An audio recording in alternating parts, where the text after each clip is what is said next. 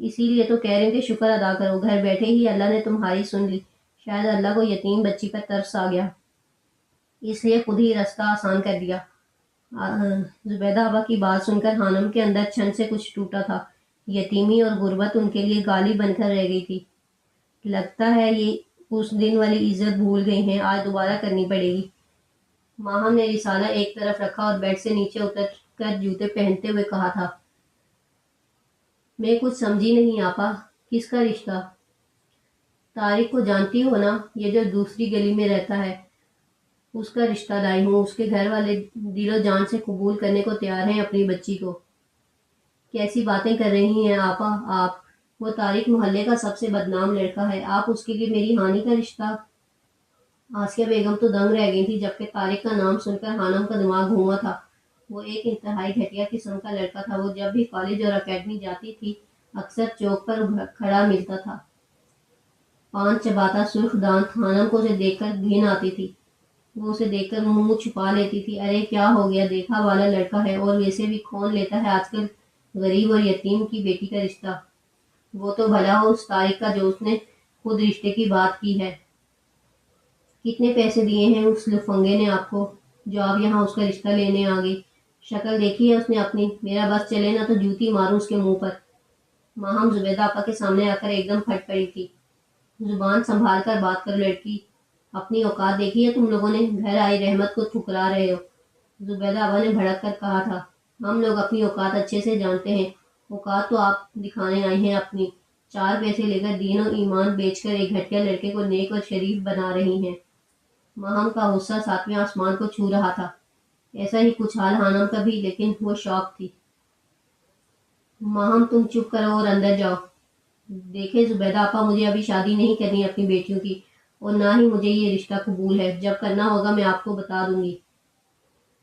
آسیہ بیگم کی بات سن کر خانم کی روح تک سکون اتر گیا۔ ارے شادی نہ صحیح، منگنی تو کر لو، سہارا ہوگا ایک۔ ویسے بھی اکیلی لڑکیوں کا یوں باہر آنا جانا اچھا نہیں ہوتا۔ انہوں نے خانم کے کالج اور شام کو اکیڈمی جانے پر تانا مارا تھا۔ آپ اٹھیں اور نکلیں ابھی ہمارے گھر سے، ہمیں کوئی منگنی شنگنی نہیں کرنی۔ ماہم نے آگے بڑھ کر باہر کا دروازہ کھولا تھا۔ زبیدہ آپا کا منہ اس عزت افزائی پر غصے سے سرخ ہو گیا تھا۔ اچھا نہیں کیا تم نے آسیہ، بہت برا کیا۔ وہ آسیہ بیگم سے کہہ رہی تھی، اپنے گھر جا کر سوچیے گا اچھا کیا یا برا، بس ہمارے گھر سے جائیں۔ ماہم کے کہنے پر وہ ان سب کو، اور خاص طور پر خانم کو جو ابھی کمرے سے باہر نکلی تھی، گھورتی جا چکی تھی۔ پتہ نہیں کیسے کیسے لوگ منہ اٹھا کر آ جاتے ہیں۔ دروازہ بند کر کے ماہم بڑبڑائی واپس کمرے میں چلی گئی تھی، جبکہ خانم نے آسیہ بیگم کو گہری سوچ میں ڈوبا دیکھ کر ایک ٹھنڈی آہ بھری تھی۔ یا اللہ پاک رحم کر ہم پر اپنا، وہ نم آنکھوں سے دعا کر رہی تھی۔ یار آج کل مجھے عجیب سی بے چینی ہو رہی ہے۔ مکی آجے کے پاس بیٹھا کہہ رہا تھا، کسی نئی لڑکی پر دل آ گیا ہے کیا؟ آجے نے سگریٹ سلگاتے ہوئے پوچھا۔ نہیں، ایک پرانی ہے، بس دل کرتا ہے وہ مل جائے کہیں سے، اسے حاصل کرنے کی طلب بڑھ سی گئی ہے۔ اور آجے نے مکی کی بات پر کہکا لگایا تھا، تم پاگل ہو گئے مکی، ایک مڈل کلاس لڑکی جو بقول تمہارے جاہل سی ہے، اس کے لیے مر رہے ہو؟ آجے نے اس کا مذاق اڑایا۔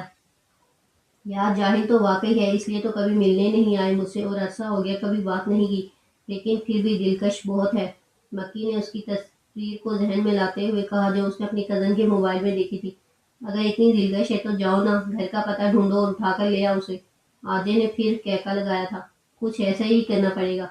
مکی خباثت سے ہنسا تھا، یار ویسے میرا تو اس لڑکی سے کوئی رشتہ نہیں، تم تو بڑے دل والے ہو، بھابھی کو چھوڑ دیا نکاح کر کے۔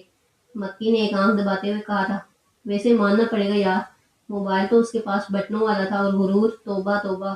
وہ خالص جاہلانہ قسم کے انداز میں بولا تھا، بالکل مکی والا انداز۔ آرجے کو اچھے سے یاد تھا کہ خانم کے پاس اسمارٹ فون نہیں تھا۔ اس کی بات سن کر مکی کا چھت پھاڑ کہکا گونجا تھا، اوکے یار، ٹاپک چینج کرو، دماغ نہ خراب کرو۔ یہ کس کی جستجو رکھتی ہے الجھنوں میں مجھے؟ وہ کون ہے جو مجھے مل نہیں رہا مجھ میں؟ ایک پل کے اندر وہ واپس آرجے بن گیا تھا، جسے کسی چیز سے نہ فرق پڑتا تھا اور نہ کسی چیز سے دلچسپی تھی، لیکن نہ جانے کیوں خانم کے ذکر پر اسے عجیب سی بے چینی ہوئی تھی۔ اور مکی کو کبھی کبھی حیرت ہوتی تھی کہ آرجے خانم کا مذاق کیسے اڑا لیتا تھا اس کے ساتھ مل کر، حالانکہ اس نے کبھی کسی لڑکی کو موضوع گفتگو نہیں بنایا تھا۔